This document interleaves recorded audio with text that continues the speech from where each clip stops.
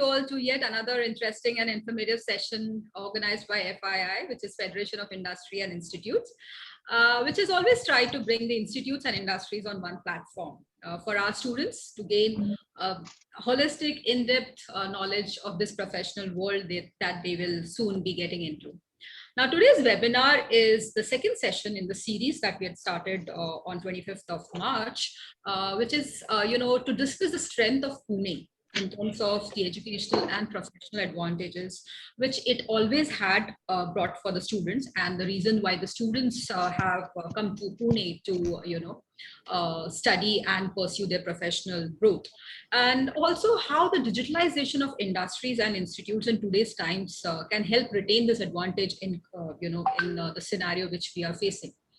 So this would be the topic again for this session, and this is the most apt topic because Pune holds position of being one of the most important cities in terms of the education and employment opportunities, which it has always provided to the students. But we have seen new trends building up due to the pandemic situation, and hence, but then definitely there are advantages also, while, there has been a more advanced, a more leaner and 360-degree shift in how the education has been imparted to the students now. And we are also seeing digital transformation in the industries and in the institutes, and students are coping, and the institutes and industries are coping with it so very well. So we have gathered here to discuss the future scenario on all of these points and see how we can retain this advantage for the student fraternity, which they have so excitedly, come to Pune to pursue their education. We have with us eminent guests from various prestigious institutes and also from the industry to bring sort of this right perspective for our students. I guess we don't have Saili Gankar ma'am right now. So we would be having Dr. Saili Gankar with us very soon. She's a Vice Chancellor of D.Y. Patil University, Ambi. And she has over 29 years of experience in academics and industry, with an experience of being a Dean of Management, Dean of Academics, Director of 2 business schools at MIT Pune. She's also a recipient of Goldman Sachs scholarship, in the partnership with London Business School. She has received numerous awards like National Award for the Best Trainer, Motivator. She has received, a lot of scholarships. She has received an Ideal Teacher Award from World Peace University, UNESCO in India. And we have with us Dr. Milind Pandey. He's a Pro Vice Chancellor of MIT World Peace University. Again, Dr. Milind Pandey has over 28 years of academic experience. He has 2 doctorates, PhDs for the students. We don't know how what doctorate is. He's got 2 PhDs to his credit. The first in international trade and the second in wireless technology. He's also has postdoctoral research fellowship by Ministry of HRD, Government of India, which is very, very prestigious. And he has relentlessly worked, creating and realizing the dream of the past president of India, and by providing urban opportunities in rural areas. From the industry, we have with us Mrs. Nishita Ghatke. She's a managing director of Sun Tourism International Private Limited and Sun Treats Private Limited. She has over 24 years of work experience, being in soft skill trainer and working in CDAC. She's also worked with 17 pharmaceutical companies as a corporate consultant. She has been a corporate consultant with Times of India. She's been, currently as a managing director of Sun Tourism. We have with us Mr. Sudhir Mateti. He is head HR, Central Telecom and NK Converge Technologies. He's got over 25 years of experience in HR, and he's currently heading the Central Telecom, which is an Arvind group. And earlier he's worked with Aditya Birla, SR Group, Tata Group, and Reliance Infocom. He's passionate about training and development, and also a motivational speaker, a life coach, and visiting faculty to numerous engineering and management colleges. Then we have with us another speaker whom you probably would have met earlier. He's Mr. Ashish Dalia. He's the CEO and an entrepreneur at iKnowledge Factory Private Limited, having more than 19 years of experience helping brands with online marketing strategies and brand building. We have with us Dr. Ganesh Rao. He's a director of PCT's Pune Business School. and he was earlier director of Midcon with over 25 years of educational experience, which he brings for our students. We have with us Ashok Bansali sir, who is a CA with a career path in digital transformation, blockchain technologies, and with last 6 years working as a management consultant, to numerous institutes and educational sector. Then we have with us Dr. Satish Marathe, who has also again worked more than 36 years in the educational sector, and with teaching micro and macroeconomics. He has been also part of humanist movement, and he's right now the chairperson of FII, that we which is holding these sessions. Now, coming back to, this is a short and sweet about our faculty, about the industry people, and the academic panelists over here, which definitely once they start, they will speak more about themselves and about what they bring to our panel. Now I would like to start or open the discussion with Mr. Ashish Dalia, who has been, in forefront, understanding, dealing with institutes, dealing with industries, dealing with students, and looking at the scenario which currently we are facing. What do you suggest, Ashish Dalia? We have eminent people from academic and industry over here. What do you feel should be now? Good morning, Dr. Saili Gankar. She has joined us. I just want to welcome. And I just gave a brief about you. I think probably you were not here. I just briefed about you to the students and to the guests over here. Yeah, so we've already started the discussion. Yes, I heard about it. Thank you. Yes, okay. Yes, I know that. Please continue. Please continue. Yes, ma'am. Yes, ma'am. So, I was asking Mr. Dalia, what do you feel, should be the lookout of the industry and the institutes? And what do you suggest going forward now that you've also interacted with students? What is the current need that the students need to equip themselves with? So what would you suggest, going forward, should we inculcate in students the skills that we need to train them on so that they are readily accepted in the industry and they become very successful professional the moment they join the industry? So students would definitely want to know all of that, and also the institutes and the industry would want to know, your view on that.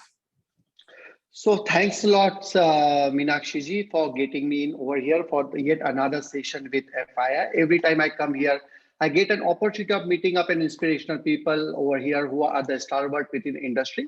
And second thing is always my passion to be a student. I need to be with students. So generally, I have a lot of opportunities of interacting with students. So now let's talk today typically about a topic. So being in the industry today, so I have been working with over 900 plus customers. So on one side, I work with education in the institutes a lot. On other side, we work with a lot of industries as well.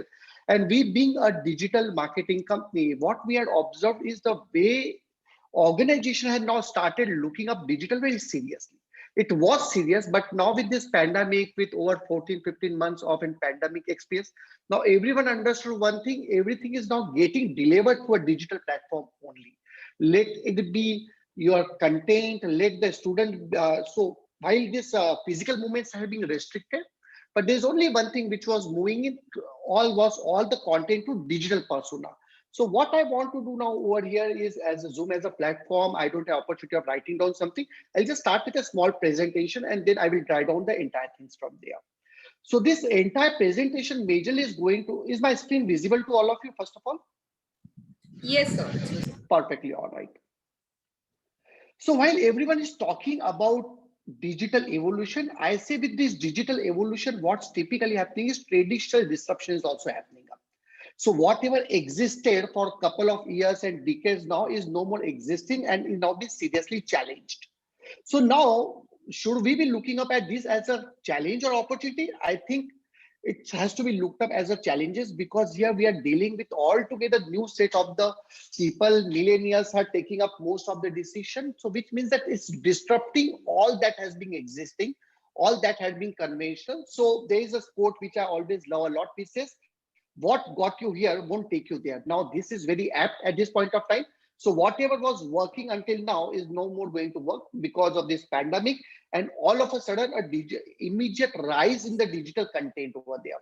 Second thing, now what's happening? Okay, so machine learning and augmented reality is taking over all this particular positioning, which means that software, technology, machine learning, automations, okay, so robotics and automations, okay, or so this is what's happening is the dependencies on the human is becoming very, very lesser because machine is doing most of the things. So take an example now in a factories and environment, okay, robotics and automation is taking care of this. Take a typical example like now, most of the companies today don't want to develop anything. So there was we live in a city like Pune, okay, and India is called an IT hub. But what's typically happening is the developer community is going to go down because everything is now moving on to cloud. Okay, so immediately we will see that the cloud adoption is going to go high up. People who were earlier making a invest into software technologies for their individual consumption is now getting more relied on a cloud-based kind of an application.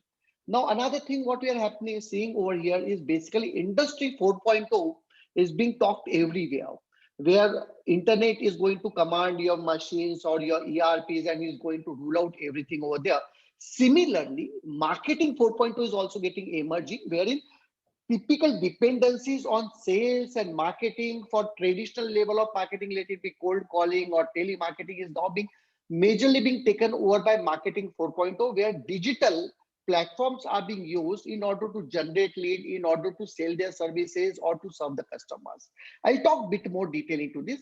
So which means that the traditional marketing is now being getting redundant and digital marketing is being getting absorbed, because last 15 months we haven't met anyone, but still people who were adopting digital as a platform, let it be technology or let it be marketing, had been an organization who had been front runners on that. So now what happens if we don't change? So challenges is like, so challenges would be for traditional mindset, which means that people who are thinking but not able to take action on that.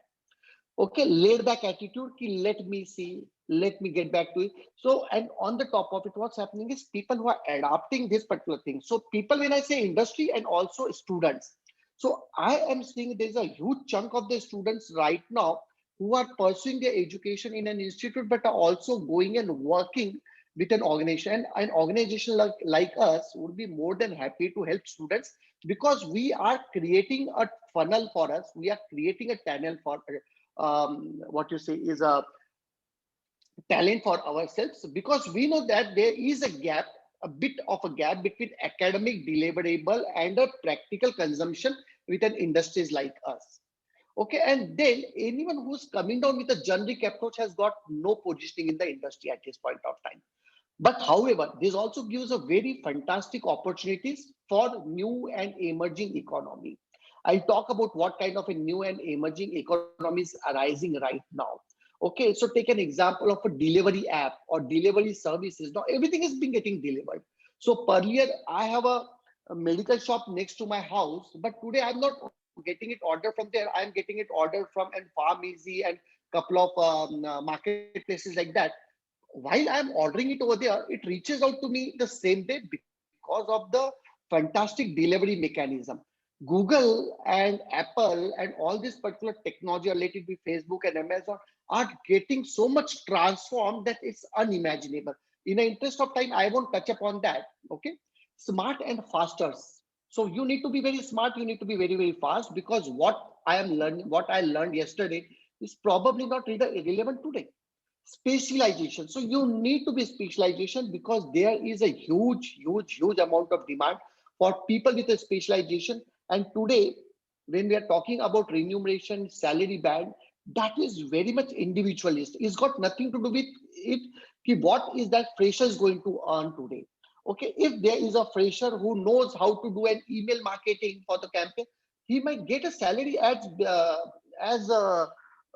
easy as 50-60,000 rupees. What he need to do is he just need to channelize this particular thing. There could be a person who can run a marketing campaign using a digital platform. The early level salary, which pre-pandemic was probably 30-40,000 rupees, immediately that has gone down to 70-75,000 rupees right now. So that's how it's been getting up onto it.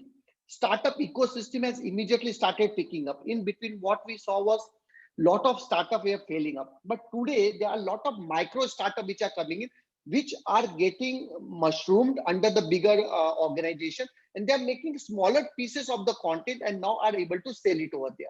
And this is an era of collaboration ecosystem. So you really need to collaborate. Lot of mergers and acquisitions are happening up right now. So how is industry thinking? So let's look up at the industry perspective. Industry today want to improve their efficiency and yet they want to cut the cost. Okay, how can they do this? Only by adopting something which is very, very economical, because manpower cost is going up. Only technology is able to control it up, and technology is able to amplify the reach over there. Second thing is, every organization today want to go global, and every entire world is now looking up at an India as the destination because of China losing out its face due to this particular pandemic, and lot of companies who are moving out of business. So I am able to see there is a huge amount of demand which is happening up into IT ecosystem, into and manufacturing ecosystem, which means that when there is such an immediate spike in the industry, what does this mean is there are a lot of people who are going to invest into India, and India is going to become a talent hub for everything. So when industry is trying to do this up, and when they have to now compete at a global level, modern mindset and a skilled team is going to be required. So that's where I'm saying you, everyone who is going into an education system right now, if they are not honing some extra skills while they are in their graduation or post graduation, they will come out like anyone else ordinary. So what's important from a student point of view is, while this 2 years of your post graduation or 3 years of your graduation, start owning that extra skill, because that is what industry is looking out at this point of time. Second thing is, every industry is now adopting a loads and loads of technology. So technology to market their product, technology to improve their operations, technology even in terms of hiring, because hiring is becoming one of the biggest adoption of the technology in industry today. Finance, because now today no one is depending on the same Munim kind of a thing, and people are no more dependent on a platform like Tally. They are moving into Zoho Books, take an example, which is cloud based, which automates everything. So no need of having a person to generate invoices and to follow up with a customer to get the payments. Everything is being done and managed through this kind of technologies today. Data hosting, so a whole lot of data is getting hosted upon cloud right now. So that's where I said you some time back. Now mindset of people is moving more on a subscription over developer kind of an opportunity. So what are the emerging professions right now? One of the quickest thing which is getting emerged right now is a content creation, because it's sell. If you can't communicate, you can't sell. If you can't tell, you can't sell. So when you look up at Netflix as a platform, when you look up at Amazon as a platform, or Google as a platform, or Facebook as a platform, what are these platforms, by the way? These are just a content platform where manufacturers are creating some content and putting it up over there, and people are coming and buying it from there. Okay, it's not like a traditional organized retail. So take an example, when we used to go down to a shopping mall. Ashish sir, Yeah. Ashish sir, I'll just point out we have a little less time, Perfectly probably all right. another minute or so. Perfectly all right. So these are the kind of content which are getting created over there. There's another thing which is happening up is a marketing innovation.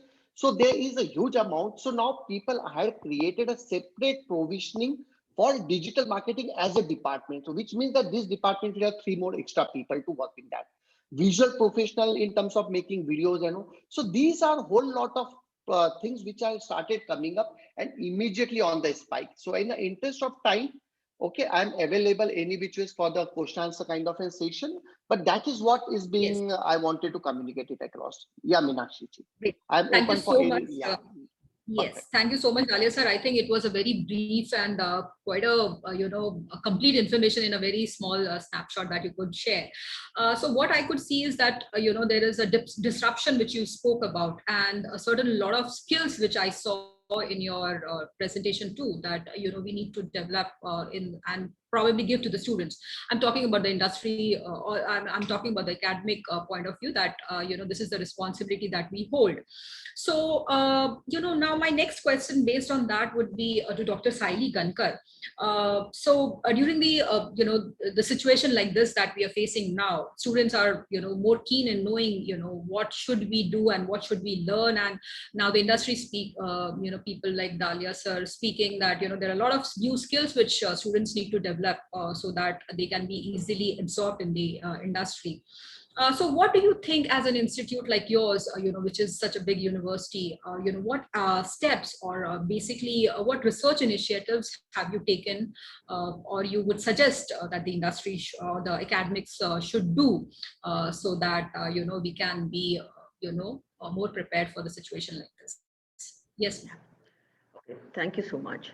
I think the presentation, what Ashish Dalia sir was talking about is that how industry is moving ahead. And of course, the kind of skill sets and competencies which we are expecting are far, far different than what we were doing in a couple of years. And that's how the complete COVID impact, what has been there with the universities and especially with the education, has changed the way of working style. And so it is applicable to the industry as well. While doing so, I think two, three things are very important, and that became a part of research activity for the universities, which are taking great effort to create their student as employable for these industries. We were talking about industry 4.0 and now we are talking about industry 5.0 because the kind of interaction which is happening with the international world is that we have to really change our game plan, especially the program structures, the kind of degrees which we are offering at the campuses. In addition to this, I'm sure that all my colleagues and all of us, we are referring national education policy, which has again created a new a guideline, and of course try to deal with the changes which are happening across the globe. So if you look at it, understanding the current situation through which education at the same time industry is going on, and the kind of policies which are being made at the national level, what the government is thinking about. And I think if you look at it and the kind of the competencies which we are talking about, I feel that there has to be a great amount of efforts to be taken by the universities to bridge the gap. Referring the books or going through the typical way of pedagogy is not going to help us. And that's how we have to change the complete process.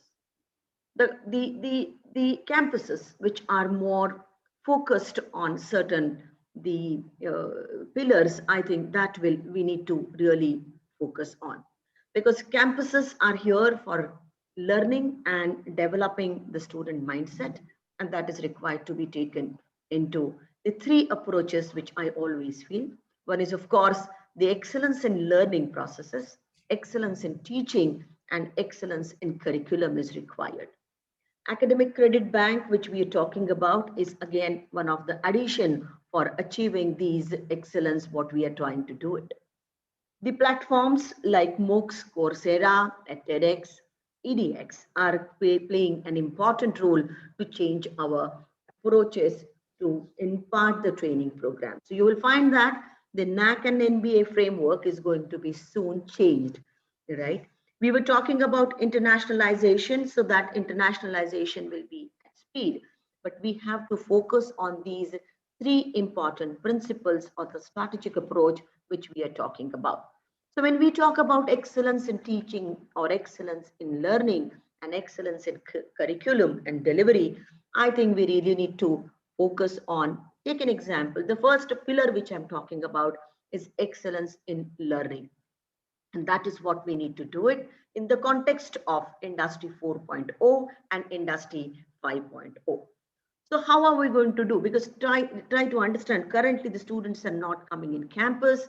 They are going through a very difficult stage and phase, that the collaborative learning which happens in campus through the projects, through the lab session is not happening. We are not able to understand what the students are expecting from us, especially while learning. So how are we going to do it? Campuses, Universities like us, we are focusing on student-centered learning, and that kind of infrastructure is available with very few universities. So how are we going to deal with that? I think this is a point which we need to really focus on. And one more challenge in the learning process is that how are we going to give them the learning experience on online in the context, especially I'm talking about retention in learning processes and having the successful outcome which we are aiming at. I think these are the things which we really need to understand when we talk about ensuring the first strategic pillar, that is excellence in learning. Second part, I would like to focus on excellence in teaching, right? Excellence in teaching, when we are talking about student centric learning processes and creating that infrastructure is very important. Now, infrastructure, I'm not talking about the hardware part of it, but of course, it is a backbone, but it plays a 20% role in your learning processes. So what kind of collaboration we are going to do it with our own teachers and the various platforms which are being made available to all of us. So, and of course, when we talk about national education policy, we are expecting them to give the multidisciplinary education and then again focusing on the discipline itself. So how are we going to deal with that? So how can we bring those components in our teaching processes is an important thing. While doing so, right, we were talking about empowering teachers. So how are we going to create the evidence based learning process and teaching process which is well informed to the student so that they can utilize it? I think these are the challenges which we need to keep it in mind when we are talking about teaching processes. At the same time, what kind of innovative practices we are going to adapt for the learning of the student? I think this we need to work on. And the third part, which is again, which is complementary for this particular process, is your excellence in curriculum.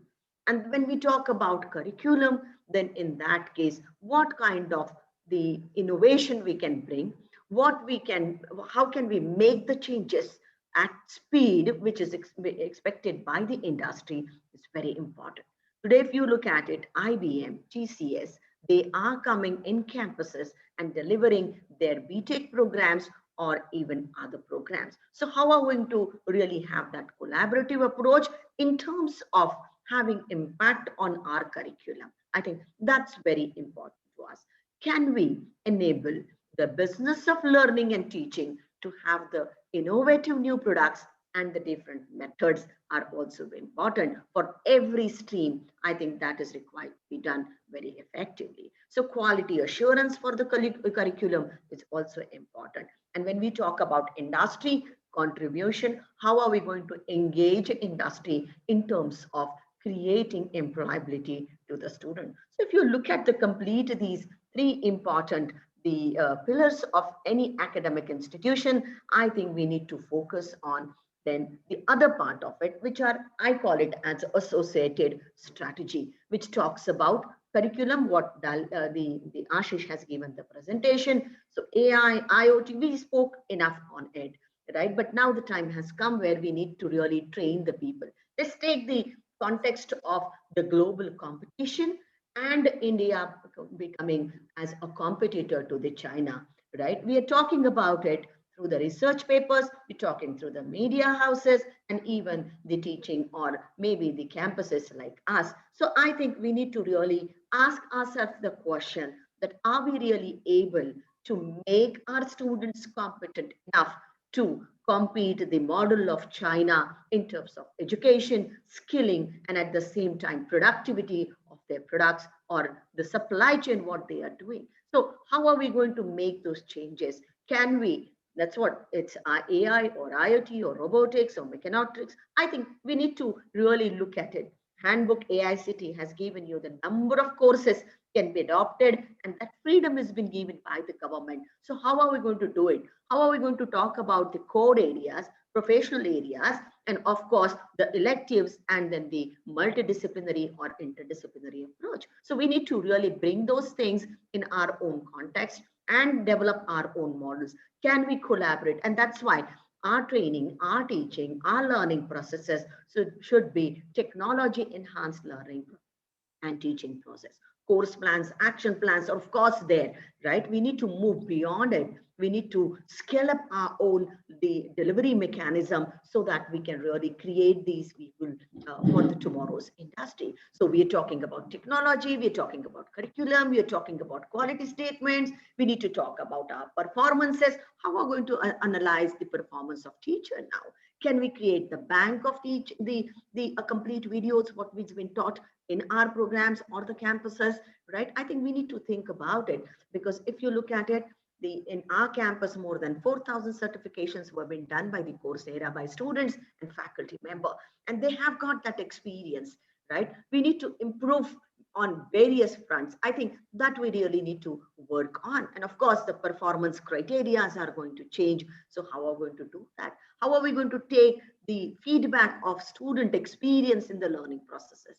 I think those kind of stuff we need to really think about. We need to change our library. We have to really think about creating a library as a vision 2025 we need to work on. We need to bring the community and partnership experiences to the students and the faculty.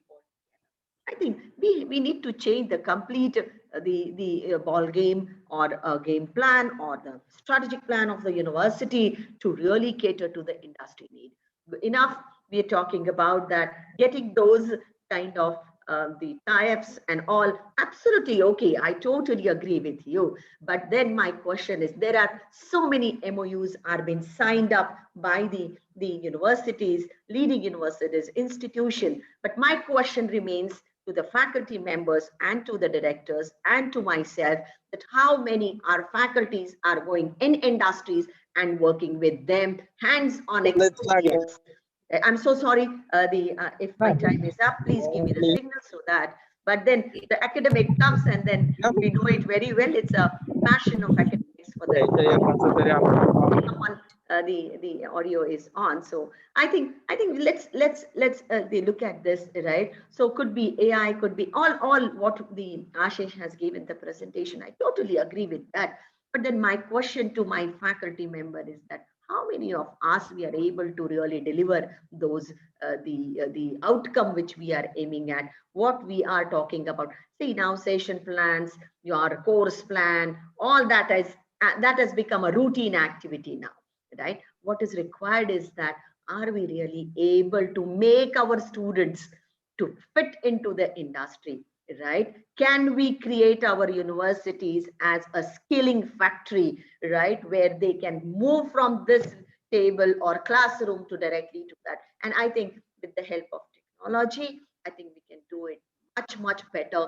And one point which I always appreciate is that how we are good at the having the transition, right, that we quickly moved on the technology. Now the time has come that we should develop those programs which are maybe the technological programs. I'm talking about software programs, coding, decoding, all that kind of stuff is the time now. And I think if the universities, I look at it like COVID gave us a wonderful experience to be resilient towards the changes which are happening or challenges which are there. We are good at handling uncertainty, right? What we always talked about VUCA. Now I think VUCA has gone, right? So we are move ahead of that in a different perspective. So I think we need to change the universities. I am worried because I still remember the statement of the Narayan Murthy, because I used to teach in my class the Tatas and then TCS and Infosys story. He was always worried that how my people will come back. Today, all campuses are worried about it, that when are we going to soon open the campuses, right? Are they going to come back in terms of my faculties and even the students? And if they are coming, then what kind of culture, what kind of challenges we are going to make? So I think we need to gear up. We need to change the approaches to after this 2022. And for that,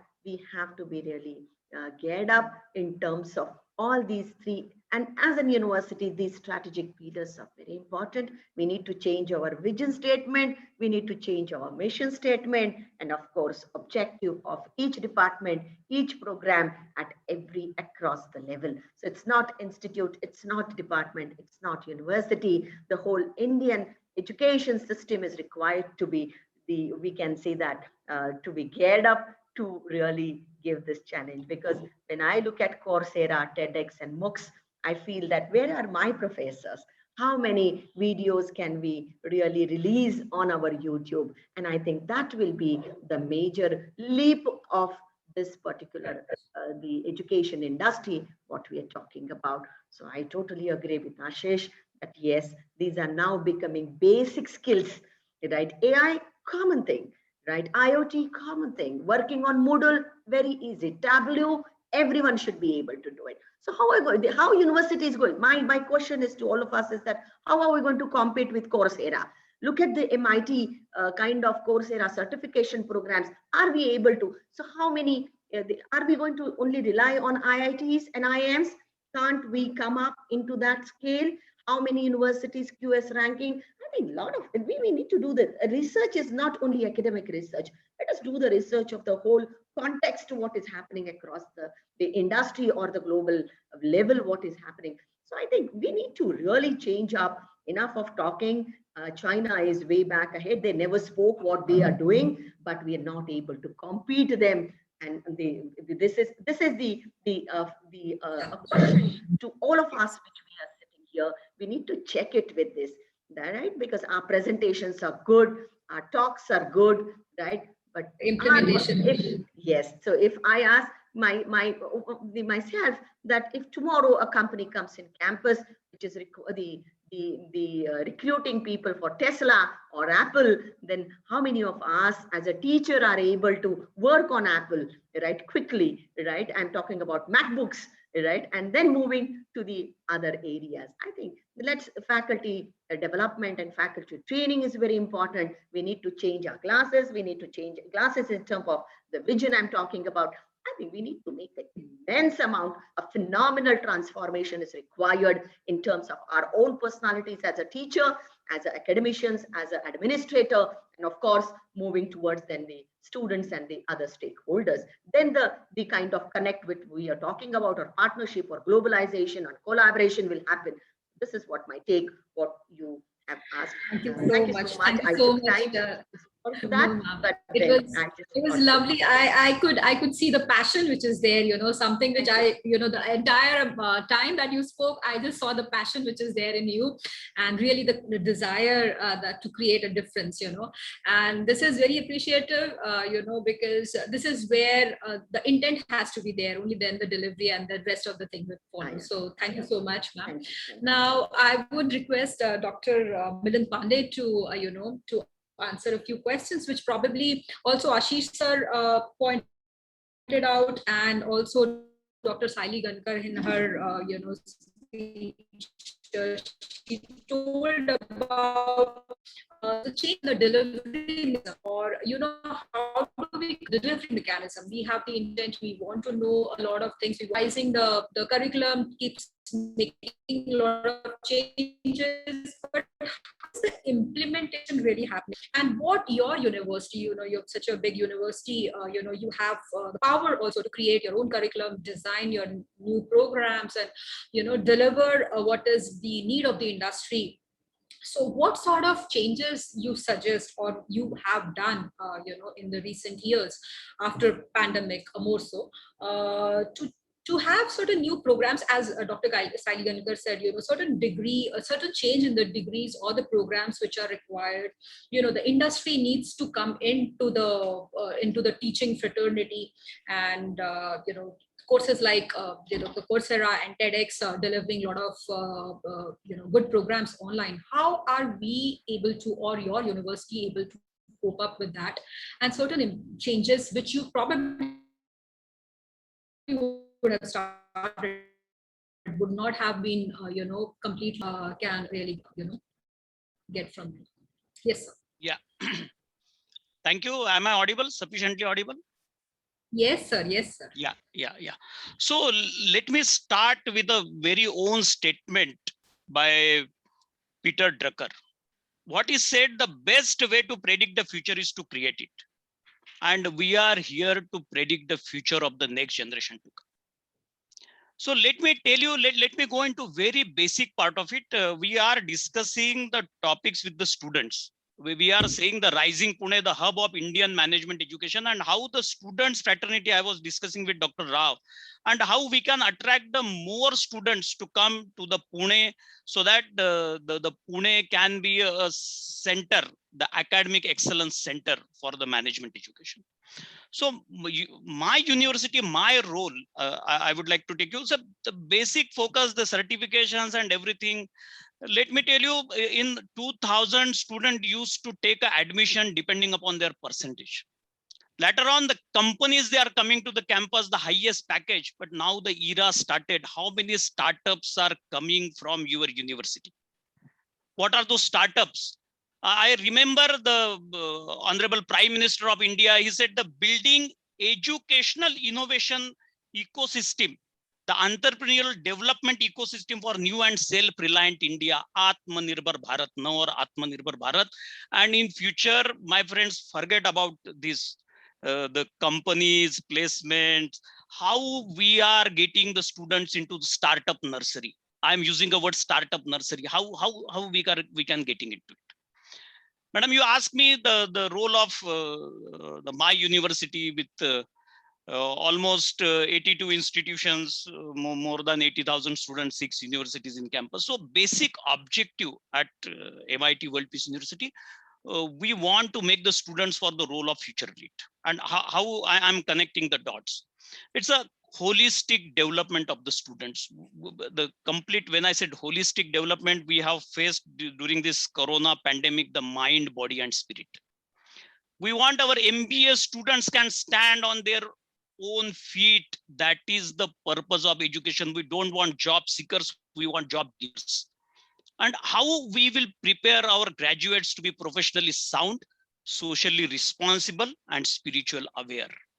This is the aspect. These are the basic building blocks of education. When students are coming for the MBA degree, what we are offering, this is all superficial, all this thing, but what is, are we offering them a sufficient knowledge of professionally sound?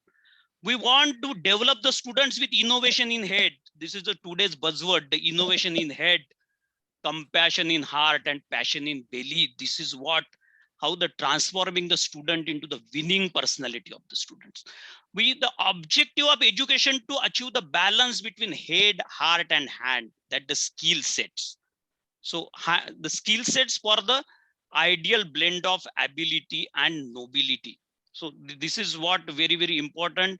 A lot of new courses started coming up, but let me tell you why students are coming. The students are categorized into 4 categories called CDEF. Now, what is CDF? The students are taking admission for the campus placements. D is degree bundling, E is entrepreneurship, F is freelance. So while this campus placements is taking the largest share of 80%, and how we are grooming the students for the placements. So a lot of degrees has been adopted by the universities. Let me tell you, I am fully supporting Ashish. I would like to reshape what he said. I would like to add into it. There are 8 technologies primarily called ABCD, AR, AI. What is ABCD? Artificial intelligence, blockchain, cyber, then D, data sciences, augmented reality, virtual reality, mixed reality, extended reality. That is going to be the future of education. Dr. Datar from Harvard University spoke about, he wrote the book, What is the Future of Education and Education of the Future. So my friend, the education of the future is the intelligent education, personalized education and education through machines. And that is called education 4.0. If we are adopting this education 4.0, if we are adopting this technology called ABCD, AR, AI, R, robotics, analytics, I is IoT, then Internet of Healthy Things. So education 4.0. He spoke about the industry 4.0, marketing 4.0, but let me talk about the education 4.0. What is education? The first education 1.0 was Guru Shishya Parampara. Education 2.0 is the when printing press got invented and the buildings and libraries came. Education 3.0 when WWW came into the picture, and industry 4.0, which just now I said, the intelligent education, education through machine, and personalized education. Let me tell you, when I'm talking of education 1.20 to 4.0, the system has been drastically changed. Earlier, it was a Gurukul system. In 2.0 and 3.0, we went into the Kula Guru system. See the words, Gurukul, Kula Guru, and now we are experiencing the Gharkul. Everybody is at home. We are talking of the digital twin, campus on cloud. But my friends, we are missing the components of very, very important components of the outside learning, beyond the campus, beyond academic zone, more skill building, the personality development, grooming through the events, seminar, workshops, social connect, one-on-one discussion, the various clubs, the personality grooming, the polishing of the personality, the discovering the entrepreneurial skills, skilling, reskilling, online skilling. We are missing all those. But very soon we are hoping that things will come. You ask me what are those various courses started? There are so many courses. The untouched programs like the lighting technology management, huge industry, more than 84,000 crores. All the lighting pollution, the rest of the countries they are calling, but there is no program. So we have started the MBA food and agriculture. I was listening to Prime Minister Modi. He said that there is a need of temple management. There are so many temples in and around India, not only in India, across. So can we get into some sort of MBA temple management, MBA sustainable development strategies, data analytics, business analytics, IT system, cloud management, and the most important, the healthcare management. The management of healthcare technologies for common man in new normal. How we can manage the healthcare technology to reach out to the society at large, to the public at large, how we can address the public health management system. And I'm sure another next 2-3 years, this MBA in healthcare management, healthcare technology management, the various industry partners MBA with ARAI, with the telematics, insurance companies, the MBA in the innovation, incubation, so many things.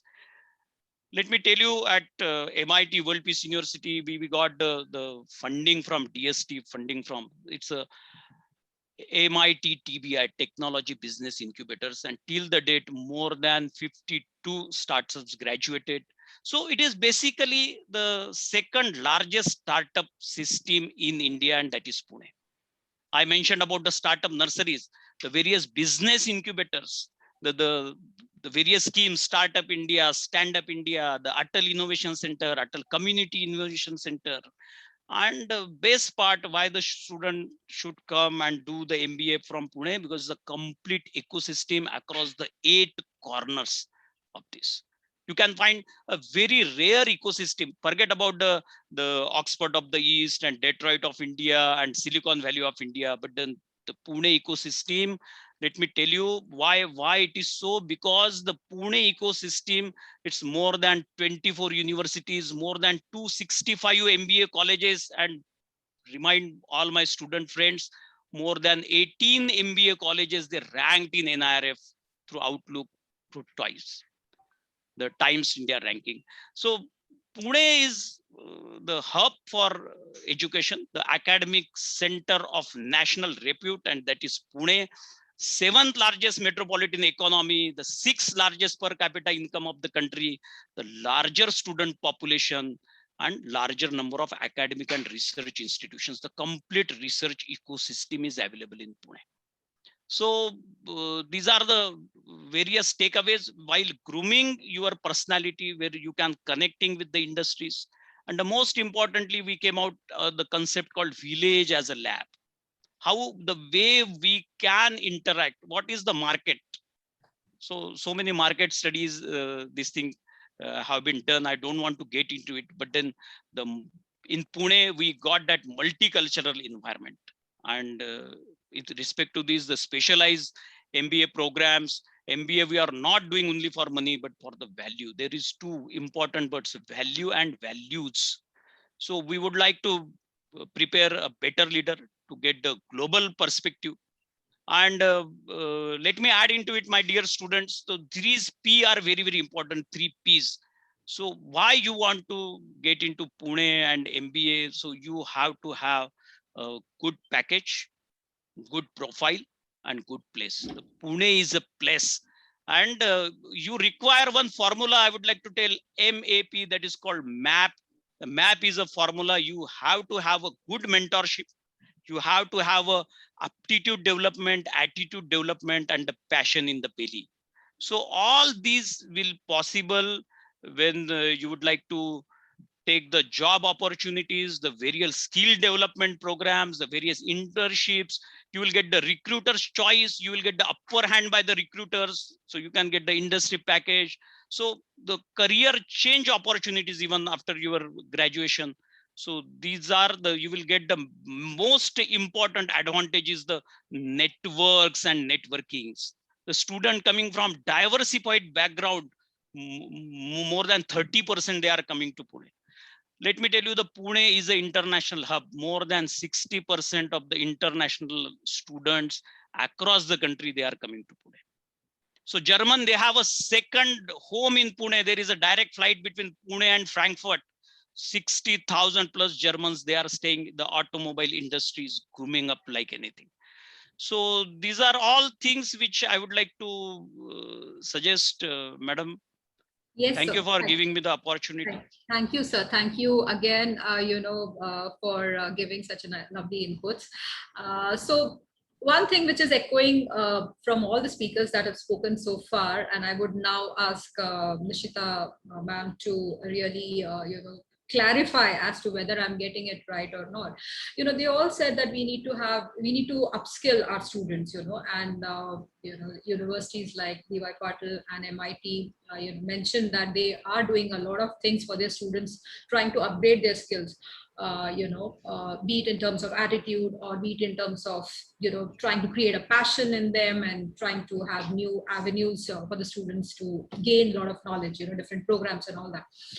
Do you feel, Nishita ma'am, that you have been into various industries like pharmaceutical for 17 years, and you have been into media, and you have been into tourism, hospitality, and a lot of other, soft skills also. Do you feel our current generation is getting more equipped in all of the skills that, Ashish sir or Saili ma'am or, Dr. Pandey spoke about? Do you feel, or you feel that there is something which is lacking in the students? Probably, if we can get from you, what is that you feel is lacking, or are they really improving and we see an improvement in the students? Yes. First of all, thank you so much, Mr. Bhansali. Thank you so much for inviting, and I'm so happy and delighted to be in such a wonderful panel. Saidi ma'am, it was wonderful listening you, Ashish sir, and Milind sir, it was excellent listening you. Yes, we have, as Milind sir also said, like artificial intelligence is very important at this moment, and that's a real core at this after pandemic. That's real core. But somewhere we need to understand in syllabus. See, I'm on a board of directors of VIT, so we had a recent meeting, so we cannot change the syllabus. So what we did was, we have started adding certain kind of guest lectures where we are focusing more on the soft skills. 1 second, ma'am, Nishita ma'am, I don't know if my voice is a little bit not clear. I'm not able to hear you a little bit. Can you hear me? Is it clear? Yeah, you are audible, madam. Please go ahead. Yes. Probably it's on my side. Yeah. Perfect.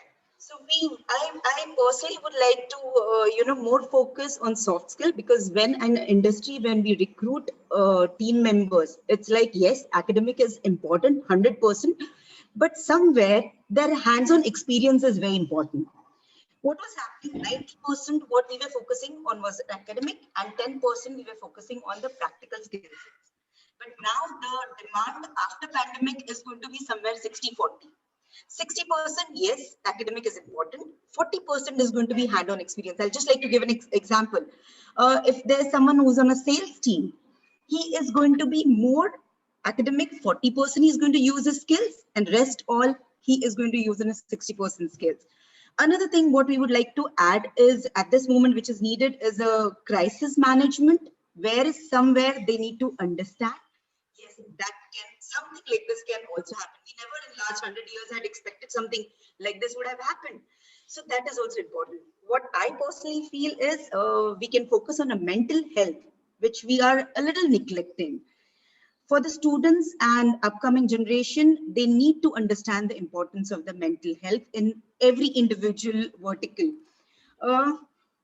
My personal expectation, what I expect from a candidate when they come for an interview is like, yes, we have gotten a trend that they know, they can speak German, they can speak French, they know one foreign language.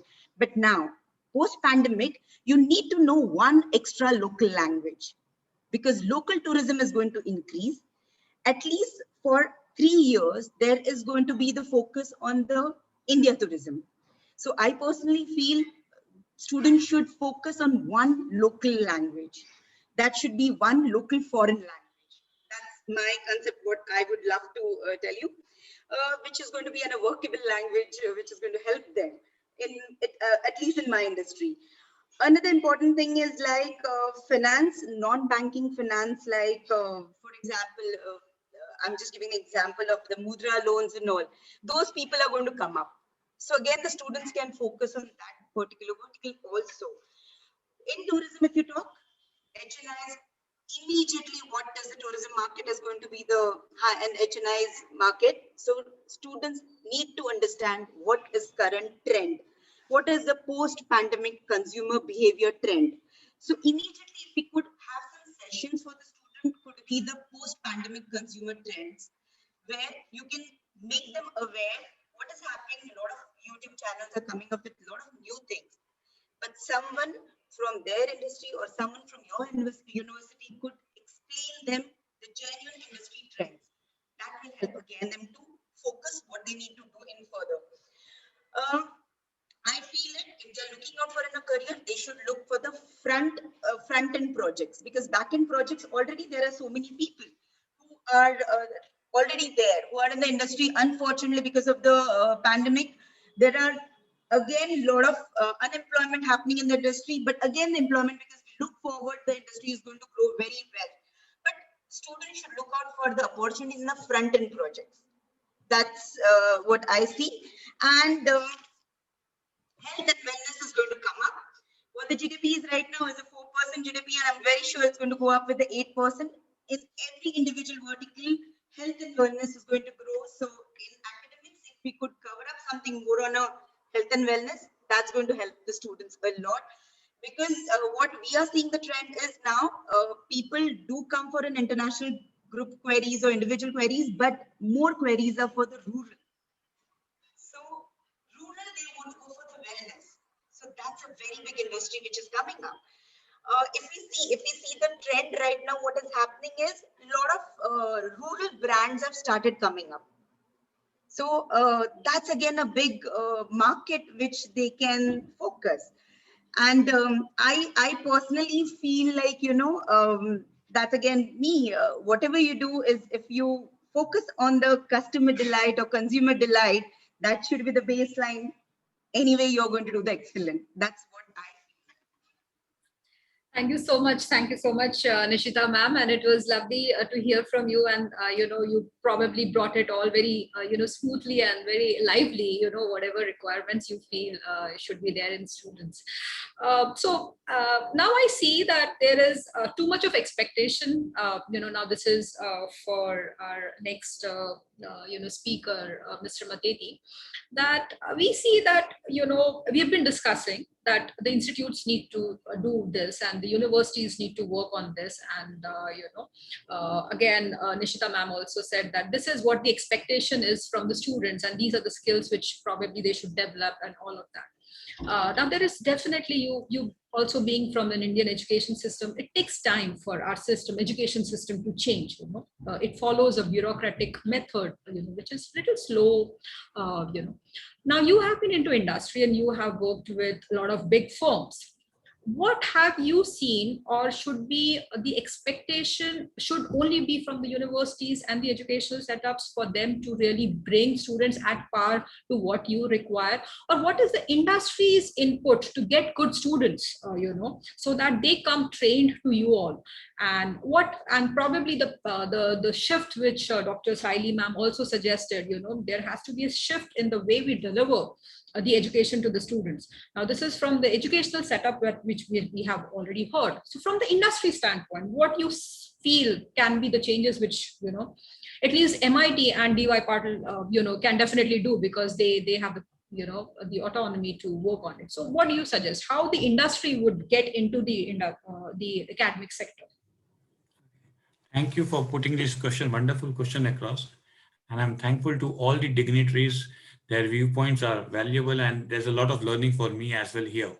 So I've been learning for last almost 45, 50 minutes, and it's amazing. Let me share one thought which I concur with Dr. Saili, that the education system so far has been informative. There are a lot of information that we push to the students. How much of the information is absorbed and how much of the information is used for implementation is a subject which we need to brood upon. So probably if we graduate to a transformative education system, that should help.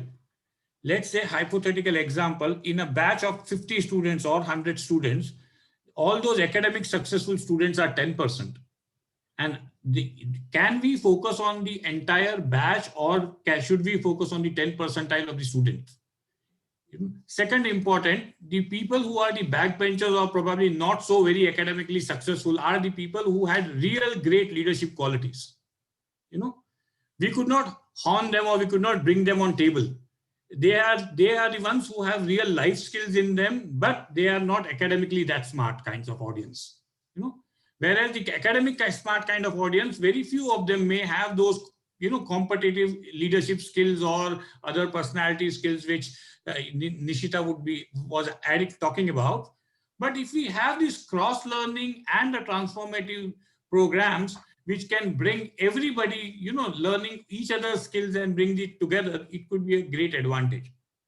Let me also tell, all our faculties and the HODs are extremely rich in terms of knowledge, extremely rich in terms of content that they want to deliver, in terms of curriculum delivery. Everything is great. Are that delivery being absorbed? The absorption rate of that delivery and the content, there's a gap.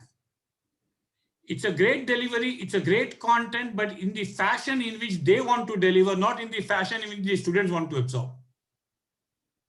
So are we using technology? Do the faculties go back and learn? As Saili madam rightly said, do they go to the industry and understand what is the requirement? I have, in my 25 years of experience, not had any professor from any institute come to me and said, sir, why are you not hiring? What are your hiring requirements? Can I understand what exactly are you looking for?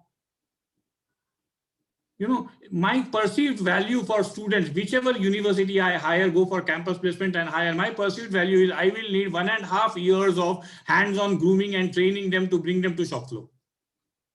So my question to the academicians here is, can this 1.5 year learning curve on the shop floor or in the industry, can this gap be bridged?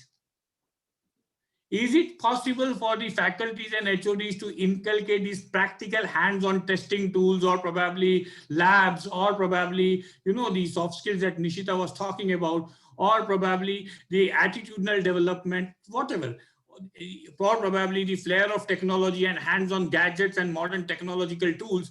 Can this be inbuilt in the curriculum so well, very well, that they learn, and the learning curve of the OJT that we called as on-the-job training, or the trainee period, that bridge time be gap? Can we bridge that gap? If that is possible, I am sure that, it would be a wonderful scenario. The global absorption rate, academic versus employability skills absorption rate, India fares very low. If the employability skills ratio rate grows up, I am sure we'll be able to do due diligence to the subject that we are talking about. The most important factor is, are the faculties also going through a transformational change? Are they transforming? Are they developing an attitude to handle students who have leadership qualities but may not be an academic excellent? You know, are we neglecting them or are we handling them? Are we pampering them or are we supporting them? There are various aspects to look at it. So if we have a niche eye to identify the key skill sets in each bunch of students, and if we cater to them exclusively, it says that no one size fits for all. So if we have a program which is customized to a level of an individual skill set, individual life skills, individual traits, and individual flair of learning things, and can be delivered in a customized packet, I think we will go towards that excellence that Saili Madam was talking about. It is very, very important for us not only to be academically successful. It is high time that our students start delivering from the moment they join the industry. And if we are able to build that deliverable, measurable, tangible programs, and if we are able to do that while they are learning, then it would be great. The great wisdom and knowledge that the faculties have, how much percentile of that wisdom and knowledge is transferred to the students? Very minuscule. And that too minuscule to the students who become their favorites because they score well and they are in the first top 10 percentile. What about the remaining 80 percentile of the students? So that the Gurukul that sir was talking about, Milind sir was talking about, can this Gurukul cater to 100 students or every student than only selective students? Can this Gurukul be really cool to handle the new tantrums of the new millennials? Can this Gurukul be extremely cool to handle the new millennials pattern of learning? The way we struggle to handle our own children at home, but still we accommodate their whims and fancies and tantrums and still try to bring them up with our ethos and value systems. It's an amalgamation of adapting ourselves to the new millennials versus putting our value system and ethos system in place and still bringing them at par with the current generations. Can the academicians look at this? If we are tolerant towards our children, are we tolerant to the other children who come to the universities?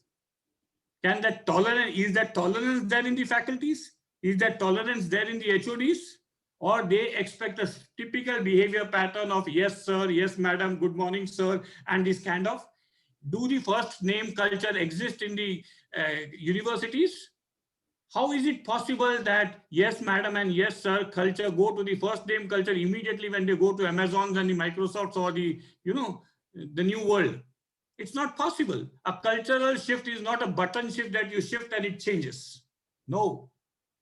I am happy that all the universities give blazers, but giving a blazer as a uniform has risen their expectation that the first job they will land into will be a managerial job.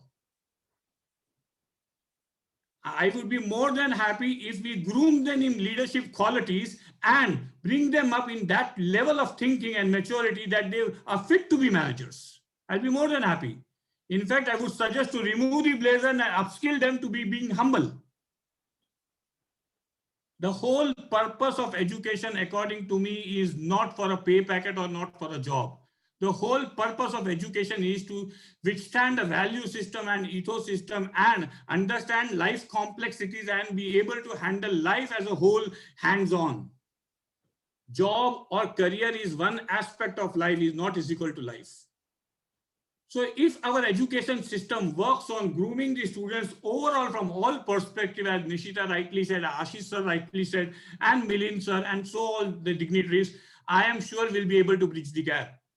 Only one last point that I want to say that till date, I'm connected to all the universities, MITs also I'm connected to, I'm the board member of the Board of Studies curriculum designing team and all the universities, but I have not seen any HOD. I handle a telecommunication company, I'm the HR of a telecommunication company. Not a single telecommunication department HOD has yet visited me to understand my requirements thoroughly well in 25 years. And understand this is a big gap. And this is a non-acceptable gap.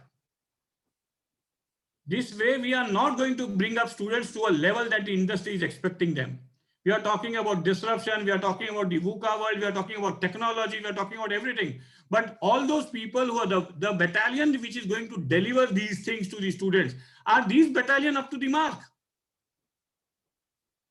It's like I want my soldiers to use Bofors guns, but the coaching trainers don't know how to use the Bofors guns. How will I have a surgical strike? I will have a surgical strike when overall everybody participates into it together. If the universities come to the industries and if industries take an initiative and go to the universities and tell them that this is what I need, can we modify or tweak the curriculum in such a way that I get ready-made students and the 1 year hands-on training in the organization is saved? As Ashish rightly said, industries look for cost saving and increasing productivity. Believe me, in my entire experience, the batch of freshers that I have hired have not been, the very low percentile people have produced great results, very low. So what is missing is not the skills. What is missing is an attitude to hit the bullseye. What is missing is the capability to think out of the box. What is missing is situational answers, impromptu capability to do something better. What is missing is a prototype thinking, not out of the box thinking. What is missing is no hands-on experience on the domain that they wish to expertise on. You ask any final year student, whether it is master's or post-graduation or whatever, what is their goal? What is their career goal? It is like a fitness trainer who is wanting students to be fit and he himself is obese. It doesn't work like that. It never works like that. I want all the faculty members to be up to the mark, not in terms of the knowledge that they have. Yes, they have great knowledge. They also know in what way they should appear their exam so that they score great marks. Let me tell you, marks is just an indicator of his knowledge, but not a true indicator. What he brings on table in terms of skills, what he brings on table in terms of attitude, what he brings on table in terms of ethos and value system, all these three things will matter. And the final selection for a fresher, what is the basic selection criteria across industries, across domains for a fresher? Across industry, across domain for a fresher is that 20 or 30 minutes interview, whether he's able to crack that or not. And in that 30 minutes, he has to put entire life experience that he has on table. And what will enable him to do that? His life skills coming into action, his theory coming into case studies, not only theory case studies, whereas he has worked on those case studies. Can we have a 2-year program, 2-year internship program together, hands-on? If that is possible, then he will deliver in that 30 minutes interview. If that is not possible, then it's a distant dream even today.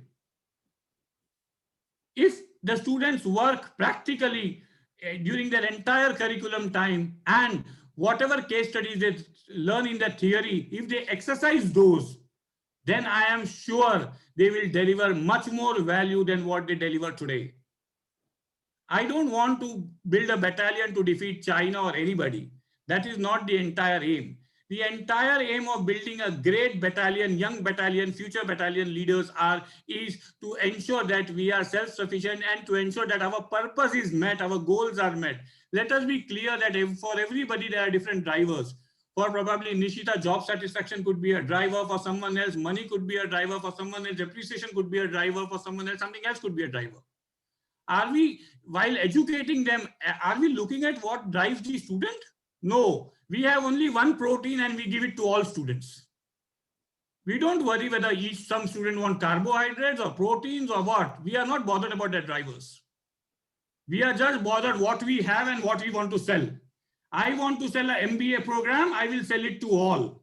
I don't want to focus on what specialization he is looking for, what natural life skills he has, and what can I tweak it a little so that it becomes a customized package for him and he excels in that forum. No. So my only 2 cents here in this forum is that if we can transform faculty members to adapt themselves to the new technology and deliver as role models to the millennials who are far ahead in technology than even me and you today. The millennials are far smarter than all of us who are present here because they are practically programmed. They have seen the more technological world the moment they were born. We saw the new technological world after decades of we were born. So they are adapted to that. So our learning curve for technology should be much more deeper, higher, and much more in depth. And if we are able to grow one ladder above in terms of technological learning and deliverables over and above those millennials, then we will gain that respect which comes from within, even if they call us with the first name. And if we are able to do that, and if in 2 years of time of your curriculum, masters or whatever post-graduation, if we have a hands-on program of those case studies that they have studied, are we delivering relevant examples of those case studies? Yes, we deliver. We copy those case studies on Harvard Business Review, or we copy those case studies on various Boston or probably Cambridge or wherever. But those case studies are not real for Indian audience. It's like selling a Lifebuoy soap with a foreign models. Are those practical? Are we having it right here in India? Has anybody shown a case study of a farmer in Vidarbha sector? Has someone shown a case study of a small manufacturing setup which is struggling for making profits? Has someone shown the real case study of hiring blue collar people and that the difficulty in hiring blue collar people who are not there on portals? You know, so these are real challenges on the ground. And if we inculcate these real challenging case studies in the curriculum, and if we give them hands-on training, go to this blue collar manufacturing setup and hire some people there, then he understands what grit is required to do these challenging jobs. And then he inculcates the new technology in making this happen. Then we will see a new horizon. This is all from my end, Meenakshi. I hope I have shared my thoughts. Yes, you have more than shared your thoughts. You have actually fed your thoughts into our minds, and you know, the way you have really you know, said or narrated the whole thing is really, you know, quite you know, something. You know, it really moved me. The kind of passion again, or probably the anger which you had, you know, dealing with students coming out from the academic institutes and expect to see coming out right now in the session. It's a big challenge, Sudhir sir. It's not that easy because, you know, the academic institutes, how the pattern that they follow is, as I said, it's very bureaucratic. There are certain rules and regulations of how the professors are hired and upgraded and all of that, which is totally based on the academic excellence which the professor has, you know, and it's not too much on the industry acumen which the professor has, you know. Meenakshi, So again, I would like train to the share one trainer. sentence here. I'd like to add one sentence. Yes, here. sir. The degrees that we produce, if we are able to generate more value to the degrees, then these degrees will really generate more value. Definitely, definitely. Everybody coming with an MBA degree, but we are not ready to hire a handful of them as well. Which means in this ballgame of producing large number of degrees, probably we are losing some value there. Yes, yes, sure. I completely, you know, second on that thought of yours. You know, there's so much we can discuss on this. On the personal front, we can sit across and discuss a lot on that. But I would now, you know, put across something which Dr. Milind Pandey said, you know, on the Gurukul side, and the cool school, which, you know, Sudhir sir said. I would ask Dr. Ganesh Rao now, because I have personally spoken with him on this couple of times, you know, and he has quite a vision on how we can actually modify what, you know, Dr. Pandey said and what Sudhir sir said. You know, we want the, you know, the degree to be such that the students can be directly absorbed in the industry. You know, why do I have to train the students so much? Why are they coming with certain expectations? Why are they wearing certain suits in the schools? And why are not they on the ground reality? And why don't we train them actually what the industry needs? You know, so you have certain vision wherein, you know, along with the degree, because as I said, you know, we cannot change the system too easily, but we can have a parallel system running along with the traditional system of delivering the degrees that we are delivering in the way we are delivering. You know, the changes can happen very slowly on that side. But how do, you know, we create a parallel system wherein we also incorporate what Sudhir sir said, you know, in the student, so that they are being, you know, getting the normal degree which they get. So a kind of a 9-month program or a 11-month program or a year program, which run along with the degree, So what are your views on that, And then we don't restrict ourselves to certain trainers, which only come from the academic background, probably come from the industry background, directly deliver what is being needed in the industry. So what are your views on that? Very good afternoon, everybody. Nice hearing all of you. Wonderful thoughts, very practical thoughts. We're dealing with the student community. We're dealing with the future citizens of this country. And so we have to handle with a lot of care. There's a popular opinion that colleges teach theory and the world is about practice. But what in fact is that the colleges are teaching what is being theorized. So whatever is happening in the real world is theorized and put in a book form, and it is delivered by way of lectures. So it's theorizing practice. Now, time to time, over the past few years, a lot of colleges have been updating the curriculum, updating the syllabus. This has been happening. Now we have all these forums, so everybody's getting vocal. Now in this vocal world, what is happening is a lot of information bombardment is going on, a lot of confusion and chaos. The objective is why we formed this forum was to see that when wise people that we are getting on the forum, we are so grateful to the people who have come today and sharing the information, that this can be done in a unified manner to all the student community. So this forum has been formed with a direct connect with the students, in which the students can get the advantage of the rich practical content that is being delivered. Colleges, all of them are doing their best. During the pandemic, the college professors had got a lot of time, a lot of research has been done, a lot of content development has been done, a lot of upgradation has happened, a bit of chaos has also happened, and everybody is trying to project the future that this is going to happen. Now, in a very mature way, we can say there's some things that are going to change permanently, and there's some things that are going to change temporarily. Okay, coronavirus has come and has gone and is going away. The world has seen many viruses in the past, and the world has not changed dramatically overnight. We need to give this confidence to the next generation, because the next generation, are the future of this country, and we have to take care and see that they're 21, 22 years old. They're doing the graduation, they're doing the MBA, and suddenly they wonder is why is this happening during my lifetime? When I am trying to make the choice of my career, why are so many other careers coming up, and somebody saying that my career is going to be extinct? So we are, as senior members of this forum, need to give the confidence to them. Now, I want to address the young people and all the faculty members, that we need to tell the students that now at this moment various admission processes are happening. Now the most common dilemma that the students are, is my college going to be online or offline? Then he asks you the question, so are you going to start online or offline? Because he himself comes to a conclusion and he says that, sir, offline doesn't work as much. So we do know it. So sorry, online doesn't work as much. So we do know that online is not the most effective medium always to all the student segments. Always to all the student segments. For a working class, it's a great boon that they're able to connect with somebody. But for somebody who's 20, 21, who need to go through the transformational process, for him, it's important that he attend the campus. And we all need to tell the students that, come August, come September, campuses would start offline, maybe partially, vaccinations would happen, maybe fully in few months' time.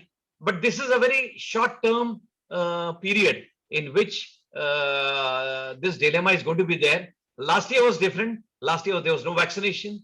Today there's vaccination. It's only a question of reach. How much we're going to, how long, whether it's 2 months, 3 months, 4 months, where they're going to import, more imports are going to come in. The countries in the United States are getting vaccinated fully. Their vaccines also will come. So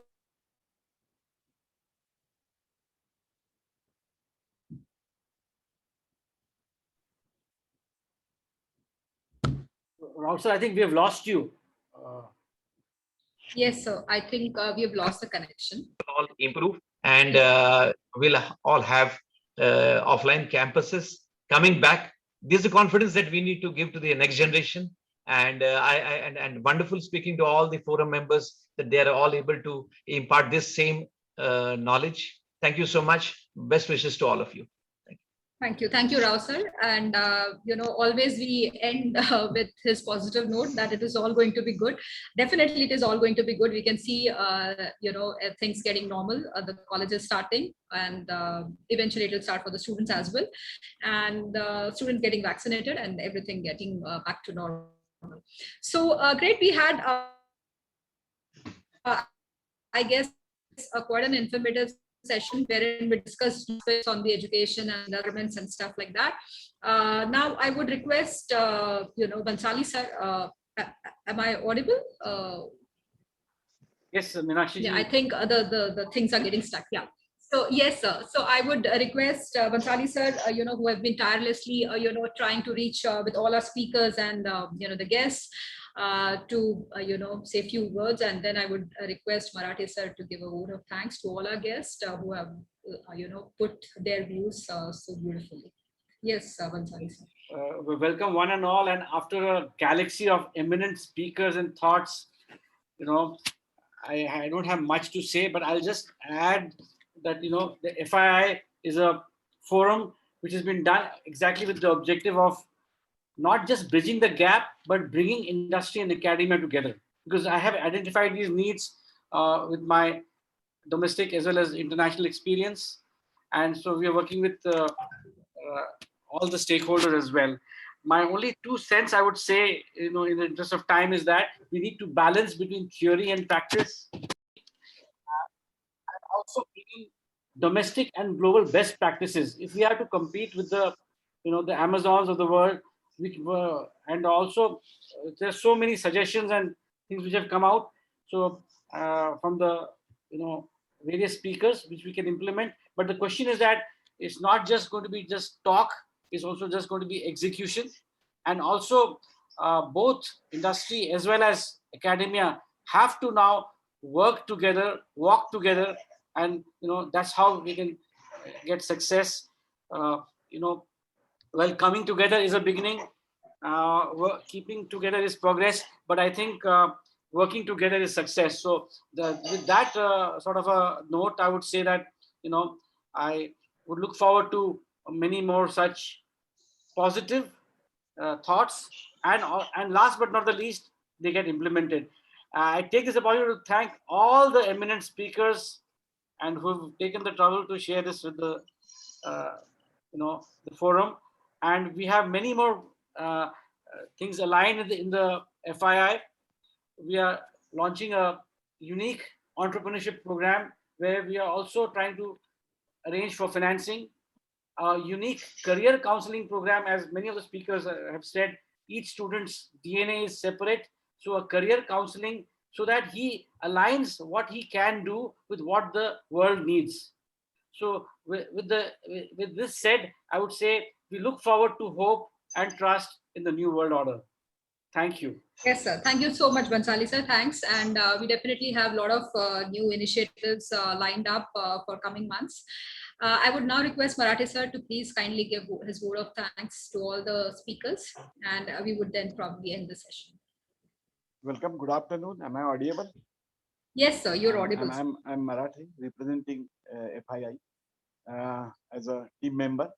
At the outset, I wish to congratulate and welcome for their enthusiastic and great learning to us.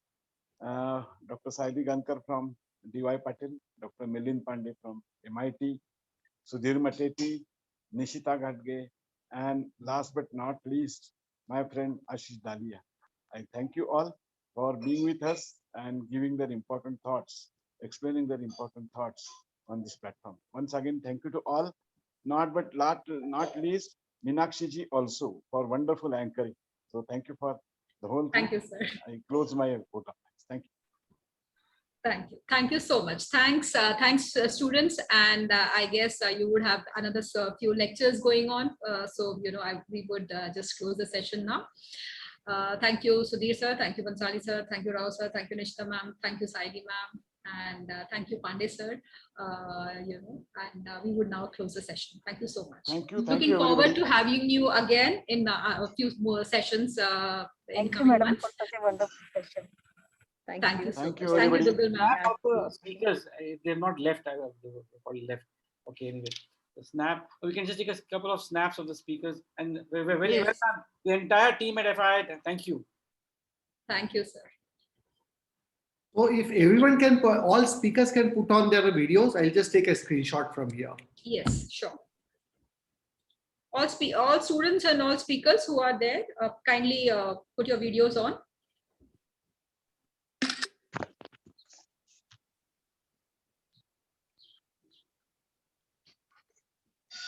Are we done, sir? Just a minute, another screenshot. Yeah, I think we are all good. Absolutely pleasure speaking and hearing you all, by the way. Thank you. Thank you, sir. Thank you. Thank you. Thank you. Thank you, Lovely ma'am. chat. Thank you. Thank you. Thank All you the so best. much. Thank you, Minister. Thanks. Thank you. Okay, bye-bye. Bye. Bye.